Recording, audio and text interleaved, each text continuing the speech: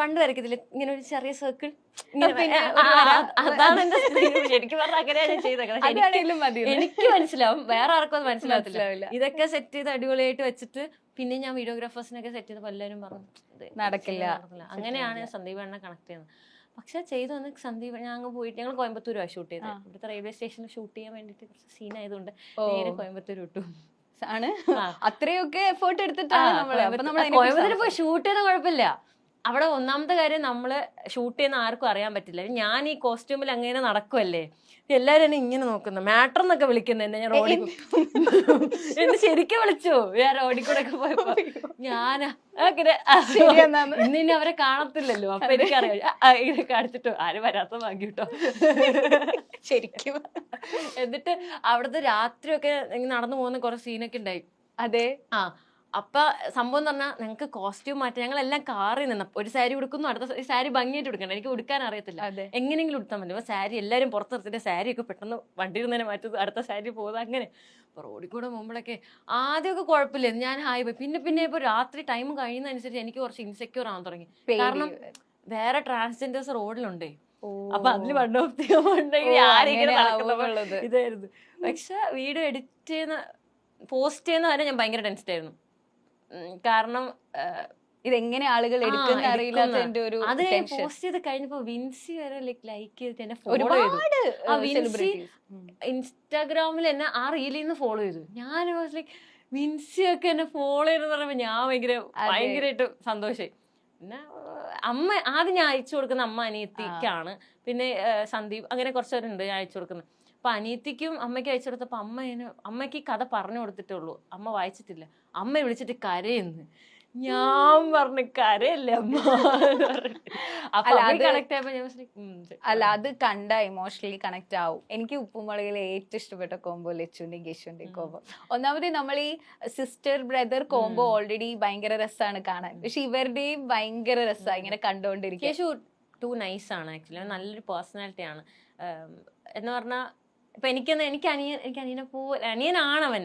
അപ്പൊ ശിവ കുറച്ച് ഇടയ്ക്കിടയ്ക്ക് വന്ന് പോകുള്ളൂ, എന്നാലും അവളോടും എനിക്കൊരു ഭയങ്കര അറ്റാച്ച്മെന്റ് ഉണ്ട്. ലച്ചുനോട് വേറൊരു കൈൻഡ് ഓഫ് അറ്റാച്ച്മെന്റ് ആണ്. നല്ലൊരു ഫ്രണ്ടാണ്, ഭയങ്കര കംഫർട്ട് സോൺ ആണ്. ഇന്ന് ഞാൻ കുറെ നേരം പോയി ഹഗ് ചെയ്തിരുന്നു. എനിക്ക് കുറെ നാളായിരുന്നല്ലേ കണ്ടിട്ട്.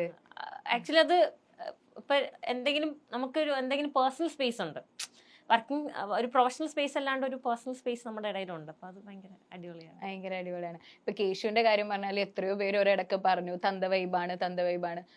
പക്ഷെ ഇപ്പൊ എല്ലാരും പറയുന്നത് അങ്ങനെ വേണം, കുട്ടികൾ അങ്ങനെ വേണം എന്നുള്ളത് തന്നെയാ പറയുന്നത്. എനിക്കും പേഴ്സണലി കേശു നമ്മൾ പണ്ടോട്ടേ കണ്ടിട്ടുള്ളതുകൊണ്ടായിരിക്കും, ഇങ്ങനെ കണ്ടുവരുന്നോണ്ടായിരിക്കും പുള്ളിയില് ഇതുപോലെ ഈ അടുത്ത വീട്ടിലെ കുട്ടി ഒരു ഇമേജ് ആണ് ആള് നമുക്ക് തന്നിട്ടുള്ളത്. പക്ഷെ ഇപ്പൊ എല്ലാരും പറയുന്നത് കേശു കറക്റ്റ് വേയിലാണ് പോകുന്നതെന്ന് തന്നെയാ പറയുന്നത്. അതിപ്പം ശരിക്കും പറഞ്ഞാൽ പേഴ്സണാലിറ്റി ഡിഫറെന്റ് ആണല്ലോ എല്ലാവരുടെയും. ഇപ്പം നമ്മളെല്ലാവരും ആഗ്രഹിക്കുന്ന പോലെ നമ്മളാവണം എന്ന് ഒരിക്കലും ഇല്ല. ഇപ്പം ചില കുഞ്ഞു കുട്ടികള് എന്താ അവർ ഇത്രയും വലിയ ആൾക്കാരെ പോലെ സംസാരിക്കുന്നത്, അത് നമ്മൾ ആഗ്രഹിക്കുന്നതാണ്. അവരങ്ങനെ സംസാരിക്കണം നമ്മൾ ആഗ്രഹിക്കുന്നതാണ്. അല്ലാതെ അത് അവരുടെ ക്യാരക്ടറാണ്, അവരെങ്ങനെ ഇരിക്കണം എന്നുള്ളത്. അപ്പൊ ഇത് 10 പേർക്ക് അത് ഇഷ്ടമായിരിക്കാം, 10 പേർക്ക് അത് ഇഷ്ടമല്ലായിരിക്കാം. അപ്പൊ കേശു എന്ന് പറയുന്ന ഒരു വ്യക്തിനെ അവന്റെ ഡ്രസ്സിങ് സ്റ്റൈൽ, അവനെ കാണുന്ന രീതി, അതൊക്കെ കുറെ പേർക്ക് ഇഷ്ടമായിരിക്കാം. അവൻ അങ്ങനെ ഫോളോ ചെയ്യണമെന്ന് കുറെ പേര് ആഗ്രഹിക്കുന്നുണ്ടാവും. അവനെ തന്ത വൈബാണെന്ന് വിളിക്കുന്ന ഒരുപാട് പേരുണ്ടാവും. ഇപ്പൊ എന്നെ ഹേറ്റ് ചെയ്യുന്ന ഒരുപാട് പേരുണ്ടെന്ന് എനിക്കറിയാം. ഉറപ്പായിട്ടുണ്ടാവും. നമ്മൾ ഇഷ്ടപ്പെടുന്നവരും കുറച്ച് പേര്, നമ്മളുണ്ടെന്ന് പോലും മൈൻഡ് ചെയ്യാതെ പോകുന്നവരും ഒത്തിരി പേരുണ്ട്. അപ്പൊ നമ്മൾ ആർക്കെങ്കിലും വേണ്ടി മാറാൻ നിന്ന് കഴിഞ്ഞാല് നമ്മൾ ഫ്ലോപ്പാ. അതിന്റെ ആവശ്യമില്ല. അപ്പൊ അത് തന്നെയാണ് ഇപ്പം എനിക്കാണെങ്കിലും ആള് ഇത്രയും ചെറിയ പ്രായത്തില് എത്രയോ കാര്യങ്ങൾ ചെയ്തു ലൈഫിൽ. അപ്പൊ അതൊക്കെ ഒരു ഇൻസ്പിറേഷൻ. അത് അവന് കിട്ടിയൊരു ഓപ്പർച്യൂണിറ്റി അവൻ നന്നായിട്ട് യൂസ് ചെയ്തു. ഇപ്പം ചില പിള്ളേർക്ക് അതിനുള്ള ടാലന്റ് ഉണ്ടാവും, അത്രയും ചെറുപ്പത്തിൽ അത് കിട്ടണം എന്നില്ല.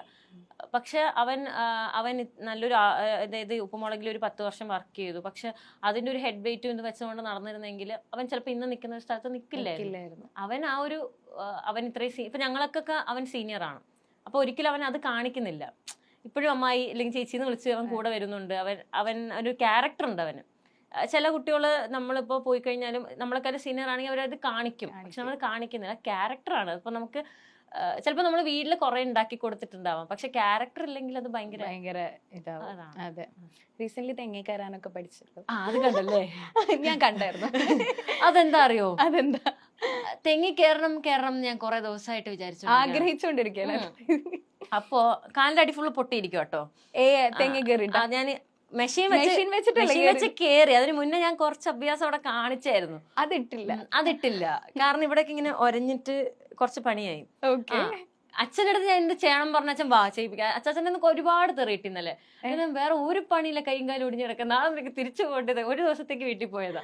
അപ്പൊ ഞാൻ അച്ഛൻ പറഞ്ഞു, അച്ഛൻ ഭയങ്കര ഇഷ്ടമാണ്, അച്ഛൻ തെങ്ങി കയറും, ചുമ്മാ ഇങ്ങനെ കയറിക്കൊണ്ടിരിക്കും. അച്ഛൻ പറഞ്ഞു നമ്മൾ ജിമ്മിലൊക്കെ പോകുന്നതിനൊക്കെ ഏറ്റവും വലിയ വർക്കൗട്ട് ഇതാണ്. ശരിക്കും ആണ് കേട്ടോ. ഞാൻ ഇന്നലെ ഞാൻ കുറെ പ്രാവശ്യം കയറി ഇറങ്ങി ഇന്നലെ. കുറെ ഞാൻ പറഞ്ഞു ജിമ്മിൽ പോകണ്ട, ചുമ്മാ